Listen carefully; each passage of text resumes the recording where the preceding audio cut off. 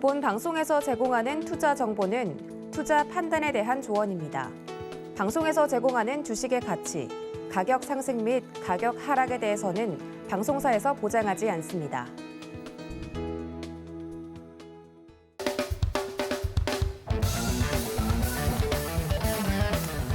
네, 안녕하십니까. 저는 수익을 말하다를 진행하고 있는 함지한이라고 합니다.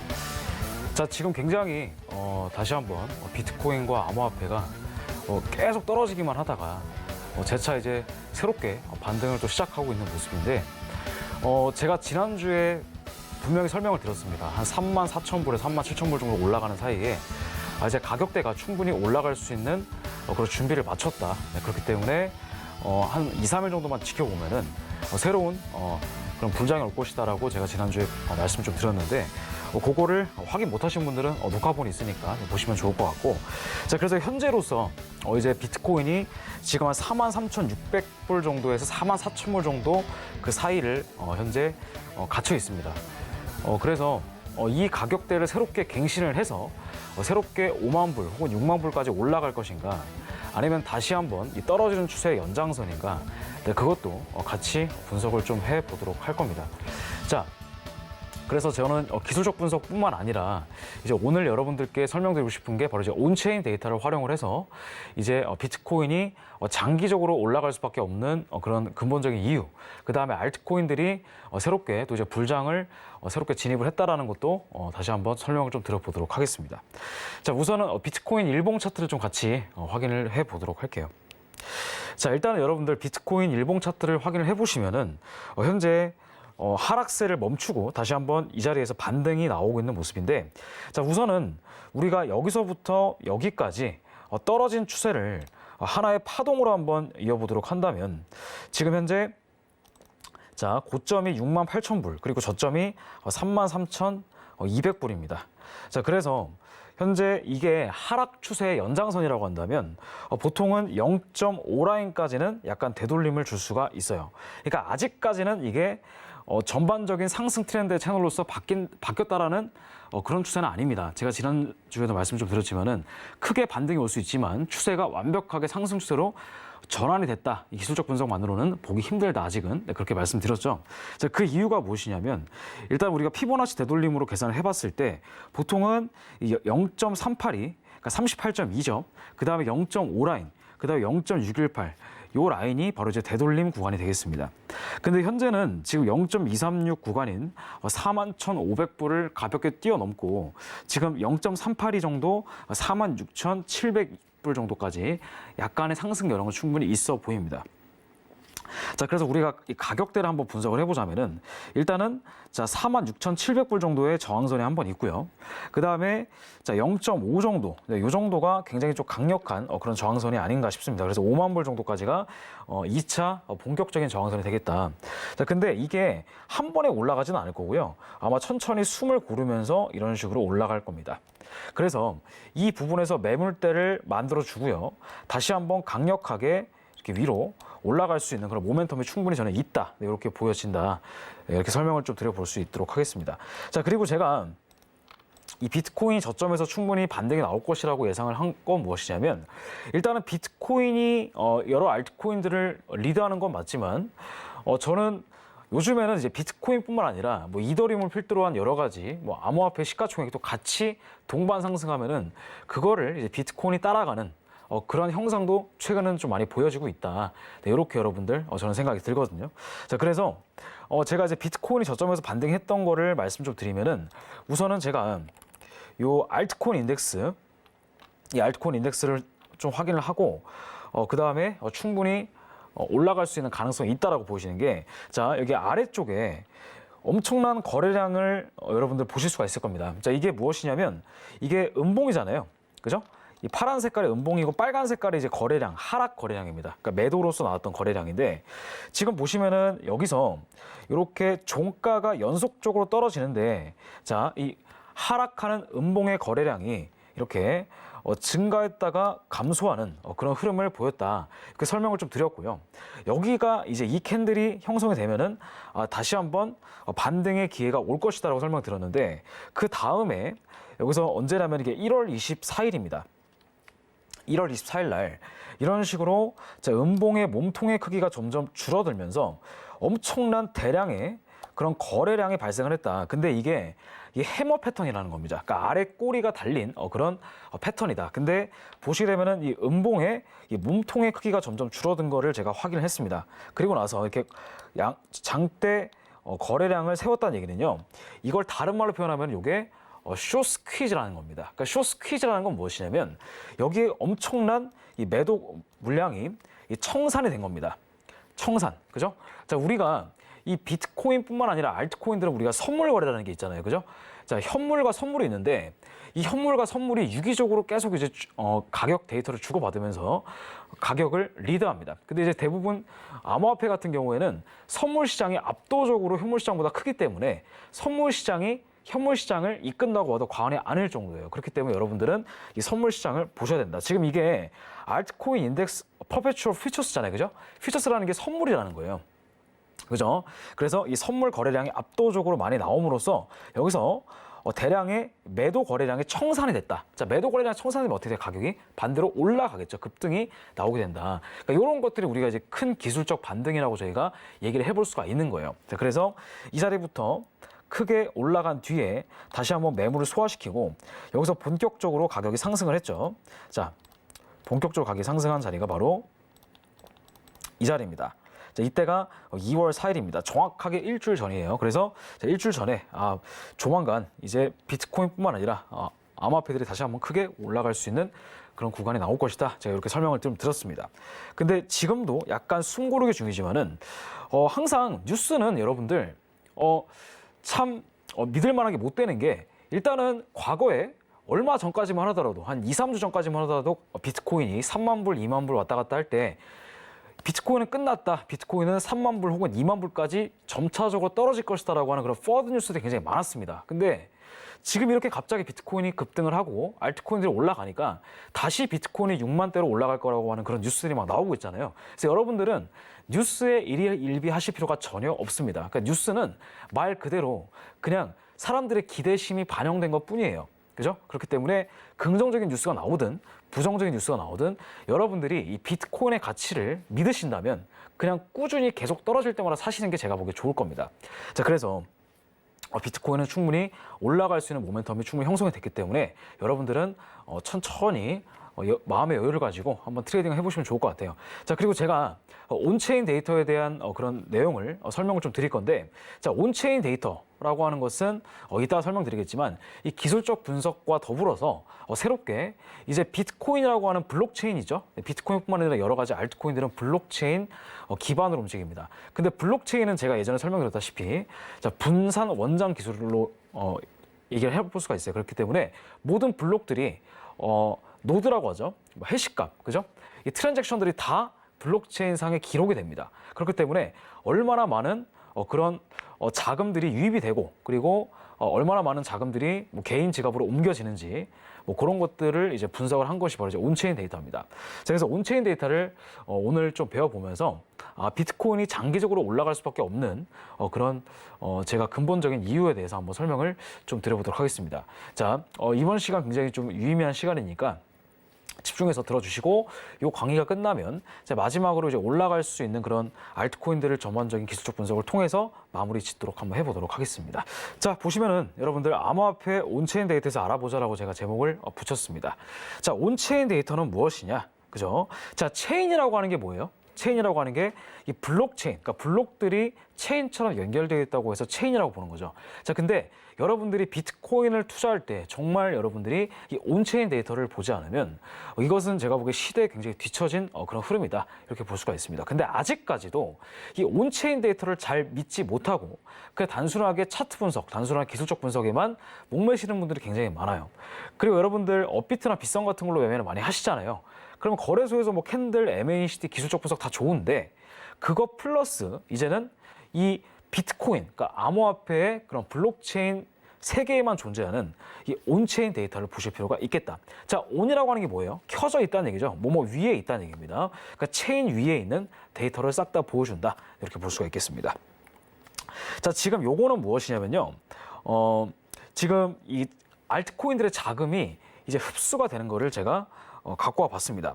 자, 여기 지금 파란 색깔이 뭐가 되냐면 파란 색깔이 폴리곤입니다. 자, 폴리곤, 그 다음에 솔라나, 팬텀, 아발란체 이렇게 있는데 지금 여러분들 2021년 11월, 그 다음에 1월 달 들어와서 이제 폴리곤 생태계, 그죠? 폴리곤 생태계 많이 들어보셨죠?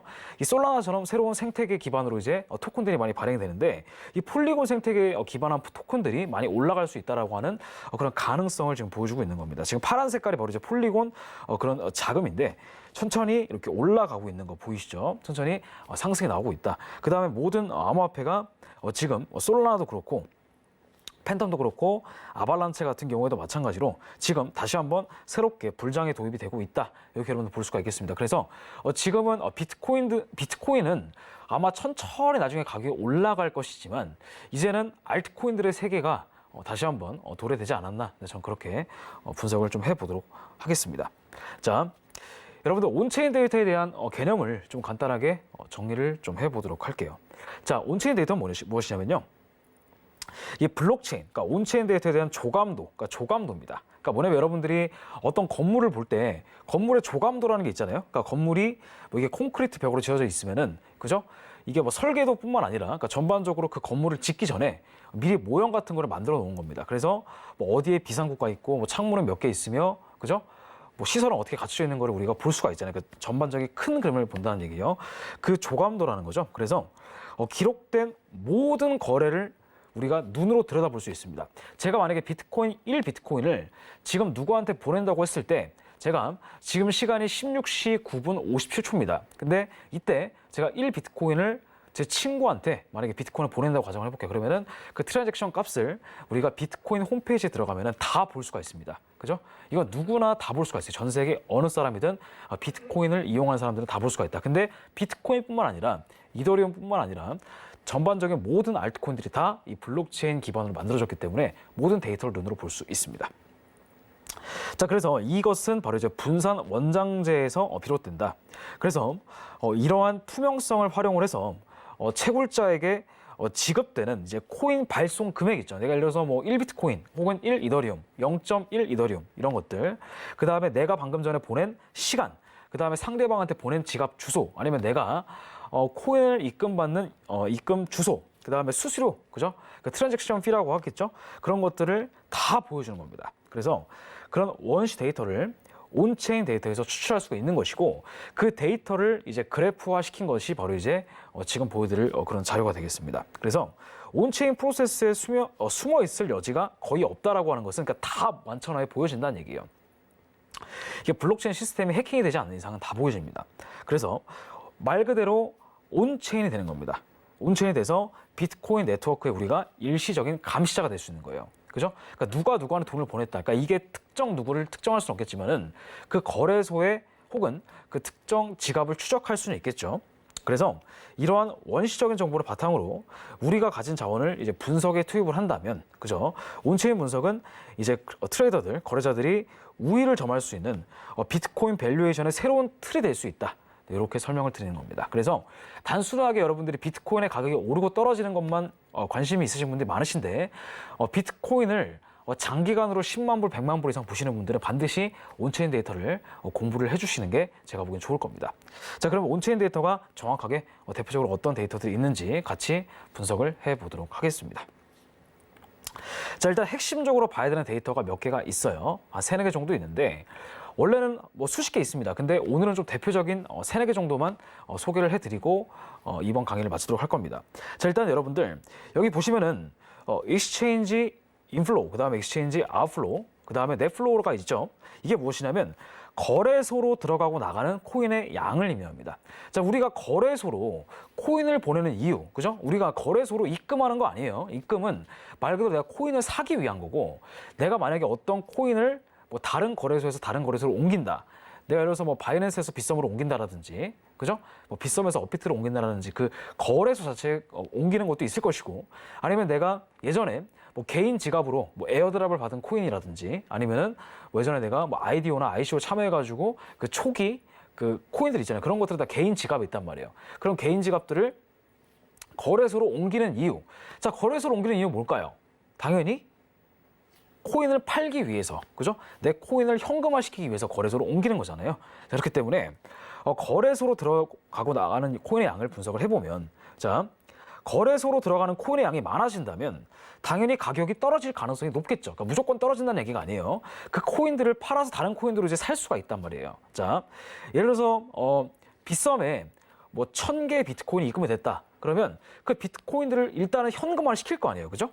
1000 비트코인을. 그럼 가만히 있으면 뭐예요? 그죠? 어차피 가격이 올라가는 건 똑같은 건데, 그죠? 그거를 뭐 그래서 김프 차익 거래를 한다고 뭐 하시지만 뭐 그런 목적도 있을 거지만 우선은 거래소로 들어가는 코인의 양이 많아진다고 한다면 가격이 떨어질 가능성이 높습니다. 자, 여러분들이 만약에 개인 지갑에 100개 비트코인이 있어요. 근데 100개 비트코인을 거래소로 옮기는 이유는 뭘까요?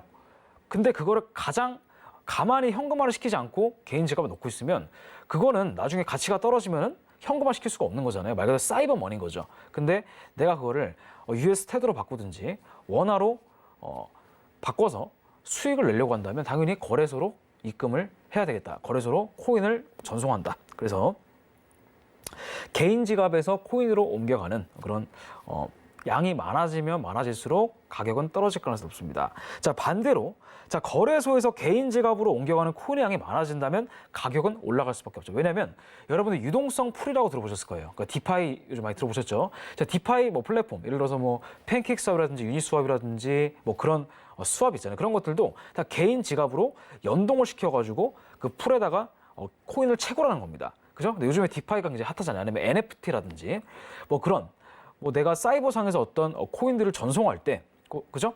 아니면은 뭐 코인들을 구매하고 싶을 때 그런 것들은 웬만하면은 초기 개발 프로젝트들은 다 거래소에 상장되기 전에 개인 지갑의 풀로서 우리가 사용해 볼 수 있습니다. 그렇기 때문에 내가 뭐 초기에 자금을 비트코인을 다른 걸로 좀 사서 다른 데 투자하고 싶다라든지 아니면 새로운 코인들 사고 싶을 때는 이제 개인 지갑을 여기서 유동성 풀을 통해서 계속 이제 코인을 채굴을 하겠죠. 근데 내가 그걸 현금화 시키고 싶다면 당연히 거래소로 옮기는 게 훨씬 유익하겠다. 자, 그래서 익스체인지 인플로우 이걸 뭐냐면 이제 거래소로 유입되는 코인의 양입니다. 그래서 거래소로 들어가는 코인의 양이 증가하면은 가격은 하락할 수 있는 가능성이 굉장히 큽니다. 자, 반대로 익스체인지 아웃플로우, 그죠? 그러니까 거래소에서 바깥으로 나가는 코인의 양이 많아지면 당연히 장기 홀더들이 많아진다는 얘기죠. 그러니까 그만큼 코인이 매도 물량이 훨씬 더 적어진다는 얘기예요. 그래서 개인 지갑으로 빠져나가는 코인의 양이 증가할 때는 굉장히 가격이 올라갈 수 있는 가능성이 높다. 이렇게 여러분들 보시면 되겠습니다. 자, 그러면 이거를 차트를 통해서 같이 보도록 할게요. 자, 검정 색깔이 바로 이제 비트코인의 가격이다 볼 수가 있고요. 지금 여기 아래쪽에 보시게 되면은 여기서 지금 빨간 색깔과 초록 색깔의 막대가 있는 걸 볼 수가 있을 겁니다. 자, 빨간 색깔과 초록 색깔의 막대가 볼 수가 있는데 초록 색깔은 이제 거래소로 유입된 코인이에요. 그죠? 거래소로 유입된 코인. 그다음에 빨간 색깔은 뭐냐면 이 거래소에서 외부 지갑으로 출금된 코인입니다. 자, 그러면 초록 색깔이 많아지면 많아질수록 무슨 뜻일까요? 초록 색깔이 많아지면 많아질수록 그만큼 가격이 떨어진다는 얘기예요. 거래소로 코인을 많이 보낸다는 얘기입니다. 개인 지갑에서. 근데 이제 우리가 흔히 얘기하는 개인 지갑, 그죠? 우리가 뭐 1비트, 뭐 0.5비트 이렇게 단타 치는 거 말고 기본적으로 이렇게 온체인 데이터가 의미가 있으려면 최소 자, 몇 천만 개 혹은 몇만 개의 코인. 지금 보시면 여기 왼쪽에 50K라고 나와 있죠. 자, 50K라고 하는 게 뭐예요? 비트코인 5만 개예요. 자, 비트코인 5만 개면요. 거의 2,500억, 거의 한 2조 5천억 정도, 그러니까 2,500억, 거의 1,000억대에서 조 단위 정도의 그런 금액입니다. 그죠? 그렇기 때문에 이런 금액들이 갑자기 거래소로 많이 옮겨진다라고 하는 것은, 그죠?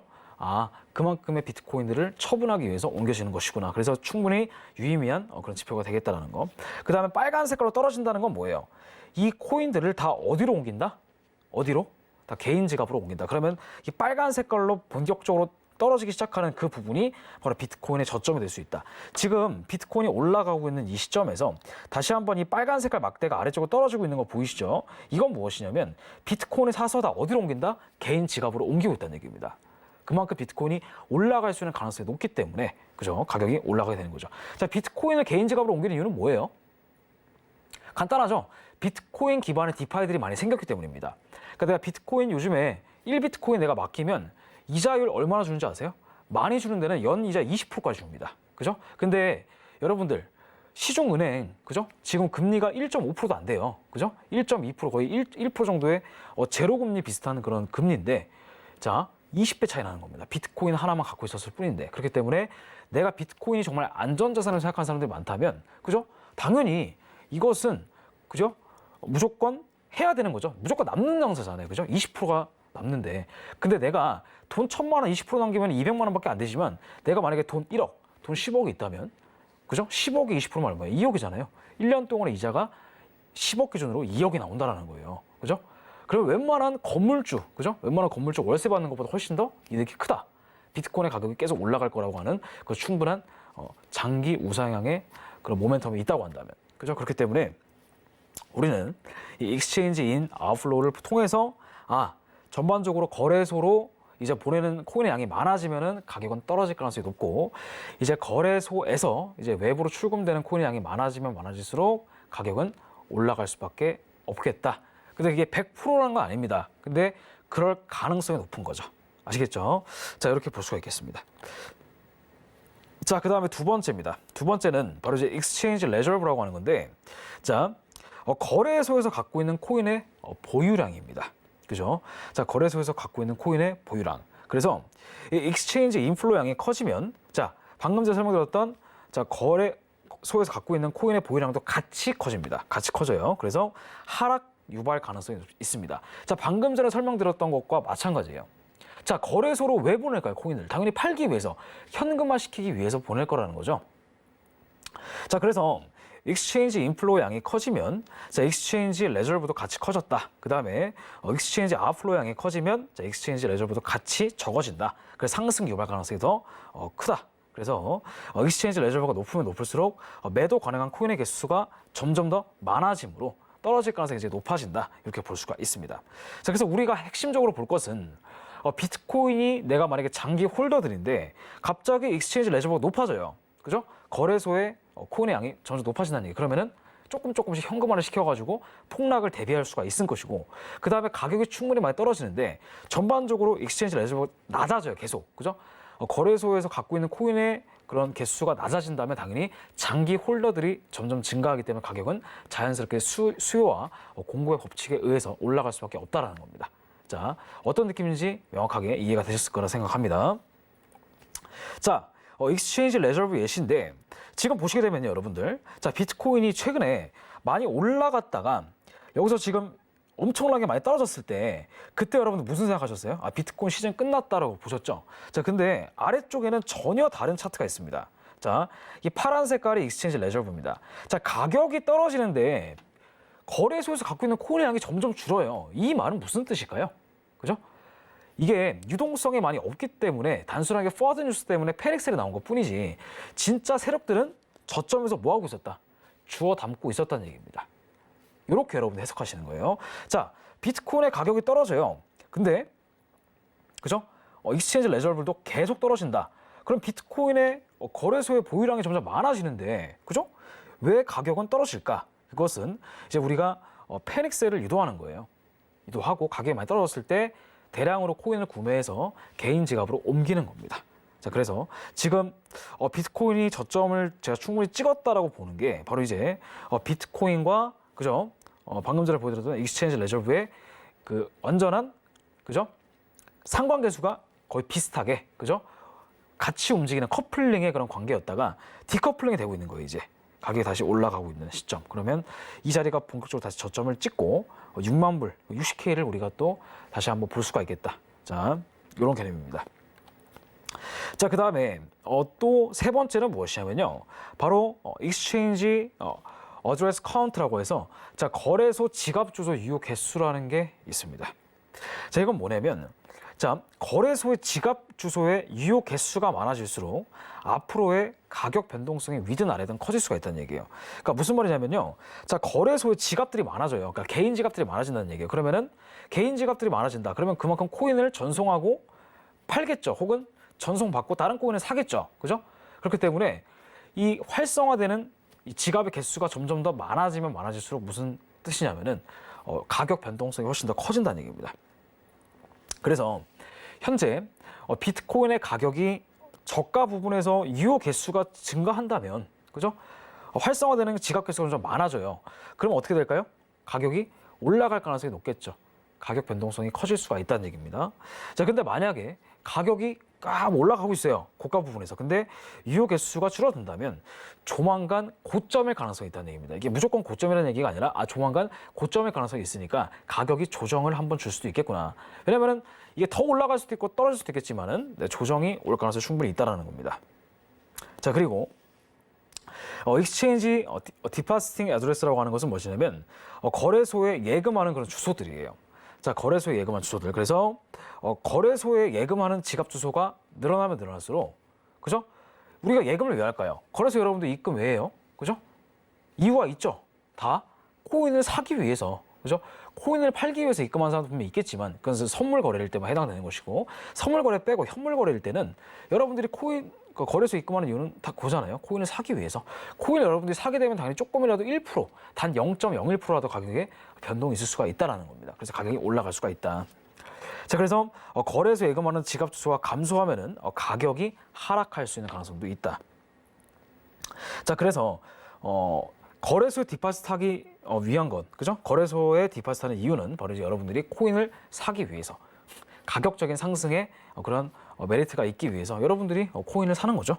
자, 그러면 우리가 이 익스체인지 디파지팅 어드레스 요거를 좀 볼 필요가 있겠습니다. 자, 지금 아래쪽에 보시면은 검은 색깔이 뭐예요? 검은 색깔이 비트코인 차트고요. 그 다음에 파란 색깔이 바로 이제 거래소에 예금하는 개수입니다. 지금 보시면 가격이 어때요? 굉장히 비슷비슷하게 움직이는 거 보이시잖아요. 그죠? 자, 이 파란 색깔이 올라가면, 즉 거래소에 입금하는 주소가 증가하면 증가할수록 가격이 어떻게 돼요? 올라가잖아요. 그죠? 이 막대 그래프가 올라가면 올라갈수록 가격이 올라간다. 그죠? 전반적인 우상향 그래프. 그러면은 검은 색깔 차트도 같이 올라가는 걸 볼 수가 있겠습니다. 그 다음에 입금하는 주소가 계속 늘어나서 본격적인 상승이 일어날 때도 가격도 같이 올라가는 걸 볼 수가 있어요. 그래서 우리가 이 방금 전에 설명드렸던 이 거래소에 예금하는 주소의 활성화 개수가 점점점 증가하면은 가격은 다시 한번 올라갈 수 있는 메리트가 충분히 있겠구나. 네, 이렇게 여러분들 볼 수가 있겠고, 자, 거래소에서 예금하는 주소가 점점점 줄어들면은 가격은 조만간 떨어질 수 있는 가능성도 배제할 수 없겠습니다. 그러니까 여러분들이 요거를 좀 같이 분석을 해서 확실히 보실 필요가 있겠습니다. 자, 그 다음에 핵심적으로 봐야 되는 데이터가 또 있습니다. 바로 이제 펀드 플로우 레이시오라고 하는 건데 자금 흐름 비율입니다. 이건 뭐냐면 전체 거래된 비트코인 네트워크에서 거래소로 보낸 것과 받은 것을 나눈 거예요. 그러니까 무슨 말이냐면 실질적으로 자금이 들어가는 거. 그러니까 거래소를 통해서 우리가 입금 혹은 출금했던 그런 비트코인, 그죠? 그런 것들의 값을, 그죠? 전체 비트코인 거래 네트워크에서 나눈 겁니다. 그래서 전체 비트코인 네트워크에서 거래소의 유입과 출입이 많아지면, 즉 이제 분자가 커지면 자금 흐름 비율이 높다는 얘기예요. 그러니까 그만큼 이제 가치가 횡보하고 하락할 수가 있다. 그죠? 횡보 하락할 수가 있다는 얘기죠. 자, 그 다음에 전체 비트코인 네트워크에서 거래소의 유입과 출입이 적으면 그만큼 자금 흐름 비율이 낮은 거기 때문에 수요와 공급 법칙에 의해서 가격이 크게 올라갈 수가 있습니다. 그죠? 그래서 요거를 좀 보시면 좋을 것 같아요. 그래서 이 펀드 플로우 레이시오가 만약에 굉장히 커진다. 그러면은, 그죠? 입금하는 것과 출금하는 비트코인의 개수가 엄청나게 많이, 그죠? 활발하기 때문에 가격이 불안정한 거예요. 가치가 불안정하기 때문에 계속 횡보 보합 박스권을 그린다는 거죠. 근데 이제 전체 비트코인 네트워크에서, 그죠? 이 전반적인 거래소에 유입되거나 출금되고 하는 그런 거래소에, 그죠? 그 가격이 점차 떨어진다면 그만큼 자금 흐름 비율이 낮다라고 해서 장기 홀더들이 많아진다. 장기 홀더들이 많아지면 가격은 올라갈 수밖에 없습니다. 수요와 공급의 법칙에 의해서. 왜냐하면 코인의 발행량은 정해져 있잖아요. 그리고 유통량도 정해져 있지만 조금이라도 갖고 싶은 사람들이 조금이라도 사면은 웃돈 주고 가격이 올라갈 수밖에 없겠죠. 자, 이것도 같이 보도록 하겠습니다. 자, 지금 여러분들 이 펀드 플로우 레이시오를 보시면, 자, 제가 방금 전에 뭐라 그랬죠? 이 파란 색깔 차트가 굉장히 펀드 플로우 레이시오라고 했잖아요. 이게 가격이 올라간다. 이게 펀드 플로우 레이시오가 높다고 한다면 비트코인을 주고받고자 하는 그런 거래소의 입금 출금량이 많아진다는 얘기예요. 그죠? 그만큼 가치가 횡보, 보합, 그 다음에 약간 불안정하다, 가치가. 근데 지금 여러분들 보세요. 지금 현재 비트코인이 재작년 9월 달부터 그죠? 재작년 9월 달 10,000불에서 시작해서 6만 불까지 올라가는 그 6배 상승 구간에 이 펀드 플로우 레이시오가 갑자기 급감했습니다. 급감하면서 어떻게 돼요? 장기 홀더들이 많아진 거예요. 그러니까 거래소로 쉽게 안 보내는 거죠. 그러니까 비트코인은 6개월 볼 거야. 나 비트코인 1년 볼 거야. 2년 볼 거야. 혹은 뭐 5년 이상 볼 거야. 이런 사람들이 분명히 있을 거라는 거죠. 그렇기 때문에 내가 갖고 있는 비트코인을 굳이 거래소에 옮겨가지고 팔 필요가 없는 거예요. 자, 장기 홀더들은 거래소에 가만히 놔두지 않습니다. 그죠? 요즘에는 뭐 클레이튼, 그죠? 클레이튼 관련해가지고 뭐 이제 뭐 카카오에서 개발한 그런 그죠? 클레이 수합이라는 것도 있잖아요. 클레이 수합, 유니 수합, 방금 전에 설명드렸다시피 팬케이크 수합 이런 여러 가지 알트코인뿐만 아니라 비트코인, 그죠? 가만히 있는 것이 아니라 내가 갖고 있는 비트코인을 너네한테 맡기면, 그죠? 시중 이자보다 훨씬 높게 쳐줄게. 그게 디파이잖아요. 아마 디파이 생태계는 점점 더 커질 건데, 그죠? 그 와중에 비트코인을 그냥 가만히 갖고 있으면 안 되죠. 그러니까 비트코인을 갖고 있으면 누군가한테 빌려주고 거기에 따른 이자율을 같이 보상받는 그런 디파이가 이제 커진다. 유동성 풀이 커진다. 그러면 이 펀드 플로우 레이시오가 점점 줄어드는 게 좋다는 얘기입니다. 그만큼 가치가 안정돼 있다는 얘기예요. 그래서 지금 현재 비트코인이 이렇게 큰 흐름의 박스권을 보이고 있는데 뭔가 불안정해 보인다라고 생각할 수가 있겠지만은 실질적으로 굉장히 안정되어 있는 모습이라는 거죠. 이 펀드 플로우 레이시오가 굉장히 낮게 형성되었기 때문에 가격이 올라가든 가격이 떨어지든 이제 완연한 이제 본격적인 소위 말해서 크게 올라갈 수 있는 그런 가능성이 충분히 있었다. 이 상승은요. 작년 11월 달에 올라갔던 상승과는 완전히 개념이 다른 겁니다. 재작년 올라갔던 상승과는 개념 자체가 달라요. 재작년 처음 올라갈 때는 이 펀드 플로우 레이시오가 조금은 높았었습니다. 근데 작년, 그 다음에 올해부터 시작해서 이 위아래로 움직이는 이 펀드 플로우 레이시오가 점점 줄어들고 있어요. 이 말은 뭐냐면 장기 홀더들이 많아진다. 그죠? 비트코인이 제가 30K 밑으로 떨어지기 좀 힘들다고 제가 말씀드렸잖아요. 그 이유가 바로 여기 있는 거예요. 그래서 비트코인의 30K, 분명히 저는 10만 불, 20만 불, 100만 불까지 향후 5년 내에는 무조건 갈 거라고 봅니다. 그래서 지금 여러분들 30K잖아요. 좋은 기회입니다. 아직까지, 그죠? 가격이 거의 그래도 15배에서 20배 정도의 상승 여력은 있어요. 그래서 여러분들이 비트코인을 단순하게 단타로만 생각하시지 마시고 여러분들이 일정 부분 뭐 월급을 받든 아니면 투자 수익이 있든 간에 부동산 수익 플러스 비트코인은 혹은 이더리움은 하나의 새로운 포트폴리오로 꾸려서 무조건 제가 웬만하면 투자를 하시는 게 좋습니다. 자, 그리고 이제 마지막으로 핵심적으로 봐야 되는 데이터가 또 있는데 바로 이제 이게 마이너 비트코인을 채굴하는 그런 채굴자들이죠. 이 채굴자들에서 채굴자들이 많아지면 해시레이트가 올라가기 때문에 가격이 올라간다고 제가 저번 시간에 말씀드렸잖아요. 채굴자가 떨어지면 채굴 난이도가 떨어지기 때문에 그런 가격이 떨어진다. 근데 이것은 영향이 있을 수도 있고 없을 수도 있어요. 그러니까 미미해요, 사실은. 그죠? 그렇기 때문에 자, 마이너 아웃플로우. 이게 뭐냐면 마이너가 마이닝 풀에서 비트코인을 빼는 거예요. 자, 그다음에 마이너 아웃플로우의 값이 올라가면은 가격이 하락하겠죠. 그러니까 마이너가 뭐냐면 채굴자죠. 채굴자가 수익 볼 수도 있잖아요. 자, 비트코인을 채굴 열심히 했다고 해서 그거를 현금화시키지 않으면 사실 돈이 의미가 없으니까. 그죠? 그다음 마이너 아웃플로우의 값이 떨어진다면 가격 상승이 된다. 그죠? 아웃플로우가 줄어든다는 얘기는 계속 뭐예요? 채굴을 한다는 얘기잖아요. 풀에 넣고 비트코인을 돌린다는 얘기입니다. 그럼 당연히 가격은 올라갈 수밖에 없겠고 마이너의 아웃플로우의 값이 올라간다면 가격은 떨어질 가능성이 높겠다. 이렇게 설명을 드릴 수가 있겠습니다. 자, 그래서 이 비트코인 아웃플로우 이것만 보더라도 여러분들 확실하게 감이 좀 오실 거예요. 자, 이 과거에는요, 그죠? 비트코인의 가격이 올라갈 때 지금 보시면은 이 부분, 이 저가 부분에서 횡보할 때 있잖아요. 이 부분에서 뭐가 있었냐면은 계속 이 비트코인의 아웃플로우가 급등하는 구간이 있었습니다. 그리고 줄어들고 급등하는 구간이 있고 줄어들고 급등하는 구간이 있고 줄어들고. 그러니까 굉장히 비트코인의 가격이 조금만 마이닝풀에서 캐면은 다시 팔고 캐면 팔고 이런 느낌이었어요. 근데 갑자기 급등이 나오고 나서 급감했죠. 이 아웃플로우의 개수가 급감을 했고 지금 현재 비트코인의 그 마이너 아웃플로우가 굉장히 지금 거의 없다시피 합니다. 근데 가치는 계속 오르락 내리락 횡보를 하고 있다라는 거. 그럼 이게 크게 보면은 이 비트코인 60K부터 30K 이 사이가 이 3만 불 정도의 차이가 마이너들은 아직 팔 생각이 없다는 얘기예요. 그러니까 채굴자들은 팔 생각이 없다. 이미 비트코인의 90% 이상이 채굴이 됐기 때문에 그런 걸 수도 있겠지만 가격이 충분히 안정성이 있다. 가격 안정성이 충분히 저는 있다라고 보여지기 때문입니다. 자, 그래서 여러분들이 이걸 좀 보시고 비트코인의 마이너 아웃플로우가 점점 줄어들고 있구나. 그래서 비트코인은 전반적으로 올라갈 수 있는 가능성이 크다. 이렇게 설명을 좀 드려볼 수가 있겠습니다. 자, 다시 한번 좀 복습을 좀 해볼게요. 자, 처음으로 돌아와서 자, 비트코인 인플로우, 비트코인 아웃플로우가 그죠? 자, 인플로우가 증가하면 뭐예요? 거래소로 유입되는 코인의 양이 증가하니까 당연히 코인의 가격은 떨어질 수밖에 없겠다. 왜냐하면 코인을 거래소에 보내는 이유가 코인을 팔기 위해서 보내는 겁니다. 그죠?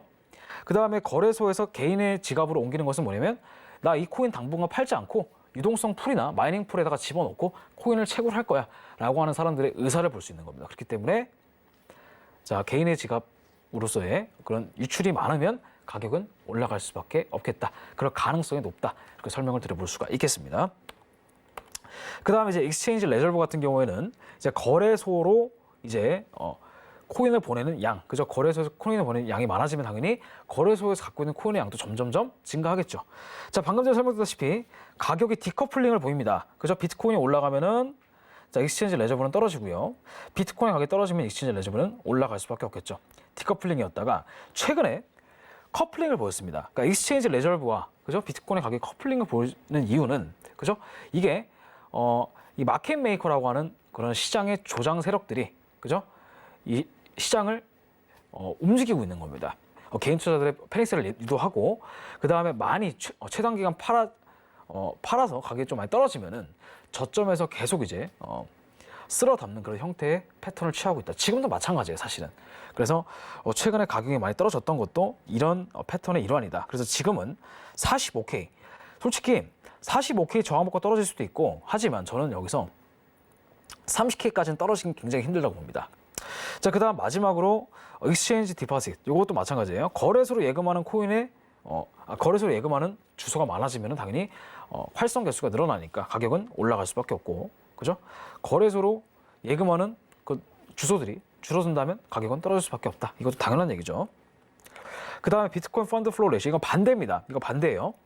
펀드 플로우 레시오가 높아지면 가격이 불안정하다는 얘기고요. 펀드 플로우 레시오가 떨어진다면 가격이 안정됐다는 얘기입니다. 그죠? 가격이 천정부지로 치솟는다고 해서 무조건 좋은 게 아니에요. 펀드 플로우 레시오가 굉장히 높다면 언젠가 폭락할 수 있는 그런 가능성이 있는 겁니다. 근데 지금 가격이 전차적으로 3만 불에서 6만 불 정도 사이의 가치에서 움직이면서 큰 흐름의 박스권을 움직이면서 이 펀드 플로우 레시오가 충분히 안정됐다라고 하는 것은 이 비트코인이 새롭게 하나의 안전 자산으로서 취급이 되고 있다라고 하는 것도 우리가 방증해 볼 수가 있는 겁니다. 자, 그다음 마지막으로 마이너 아웃플로우도 그죠?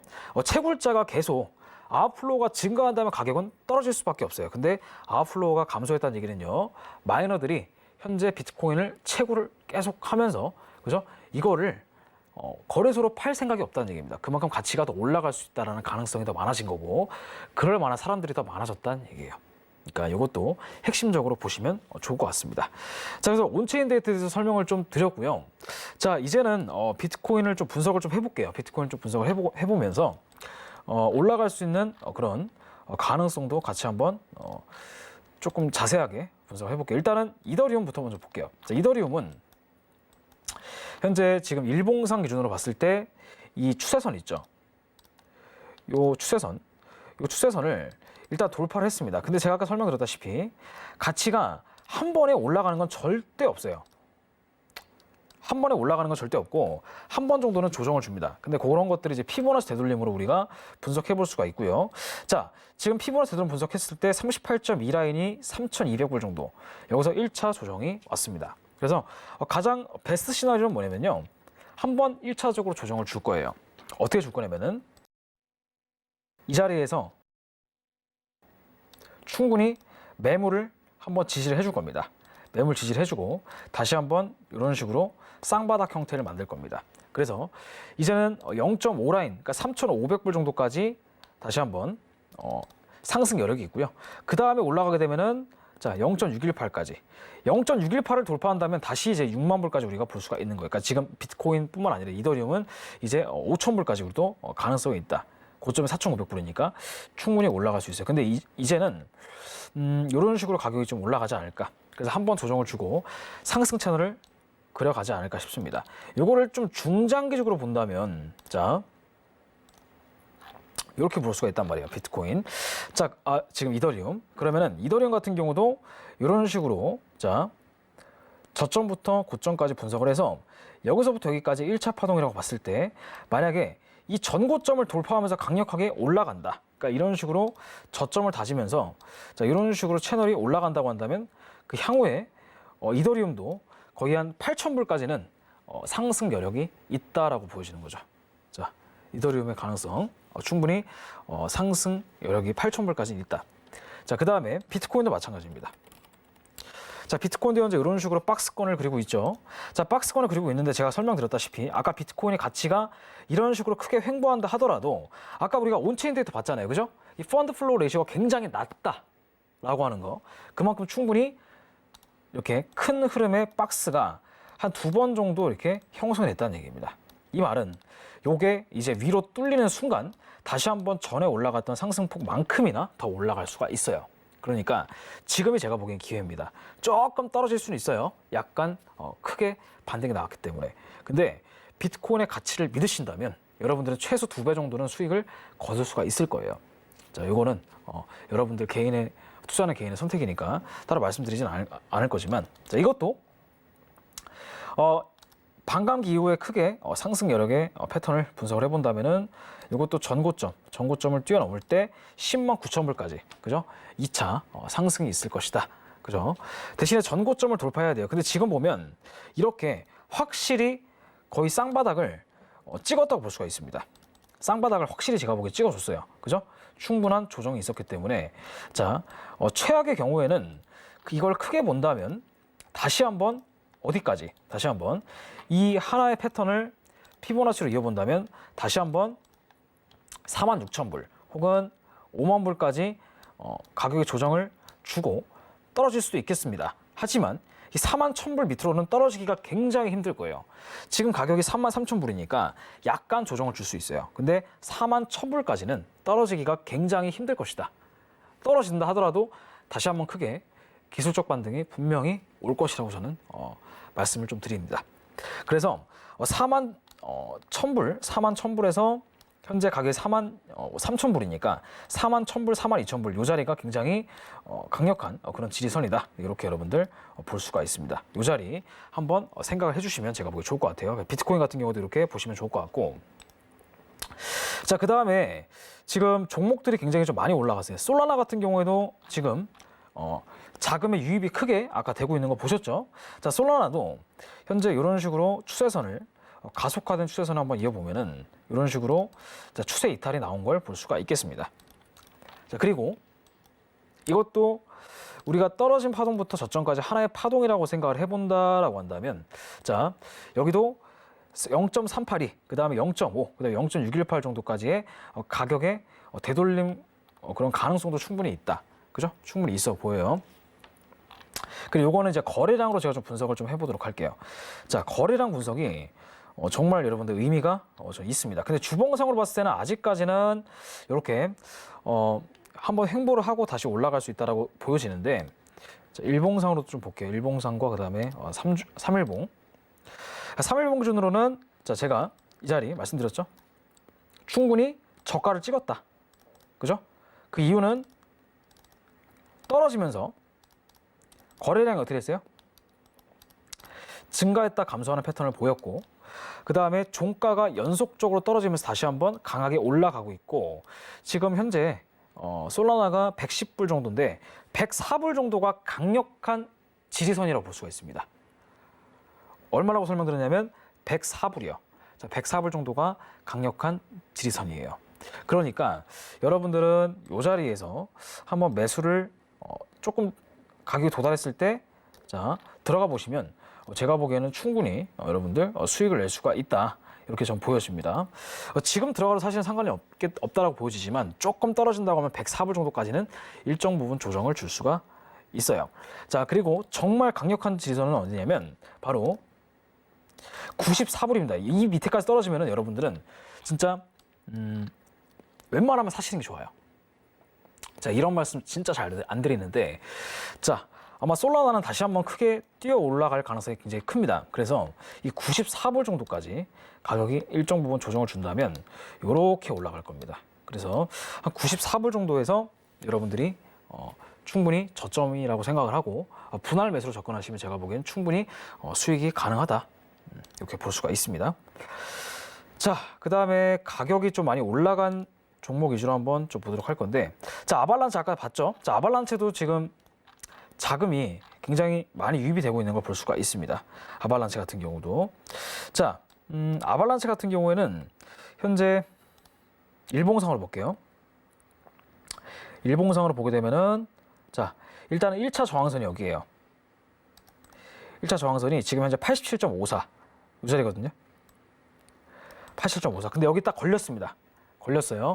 그래서 지금 이 자리를 강력하게 돌파를 해준다고 한다면 제가 보기엔 충분히 다시 한번 이 전고점 부분까지 혹은 그 전전 고점 부분까지는 상승 여력이 있습니다. 자, 전고점까지는 126불, 전전 고점까지는 147불 정도 상승 여력이 있죠.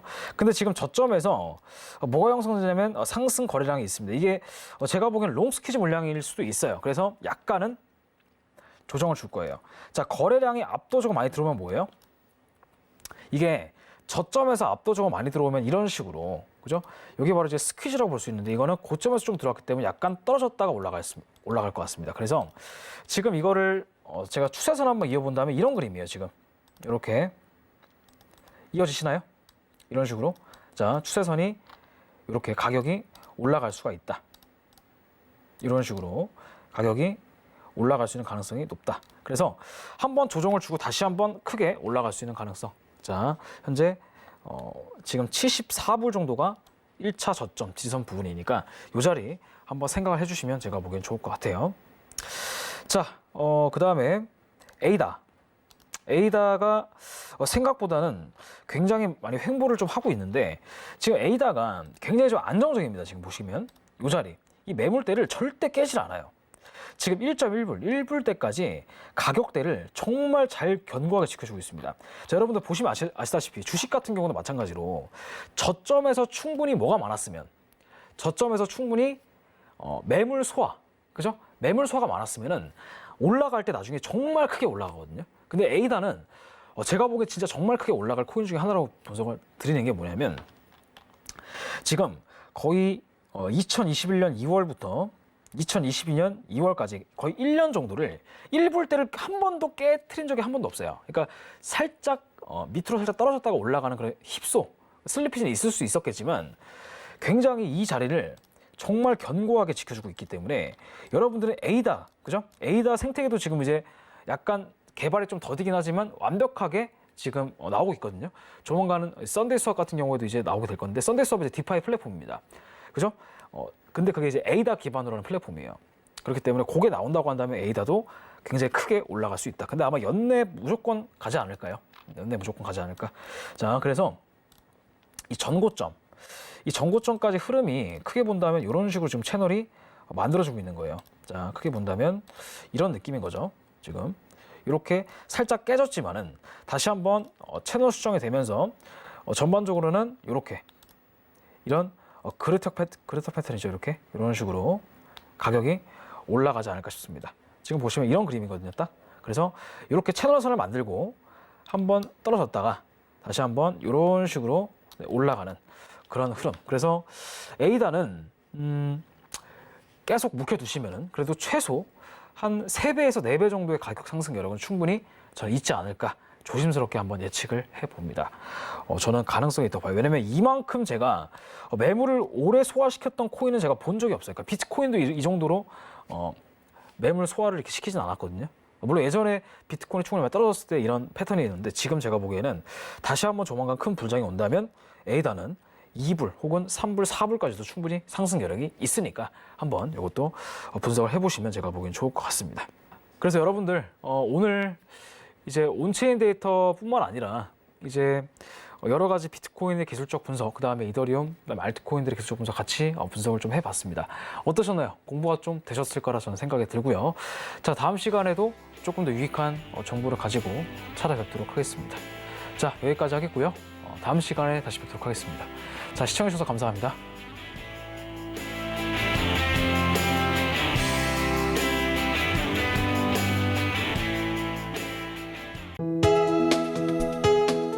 본 방송에서 제공하는 투자 정보는 투자 판단에 대한 조언입니다.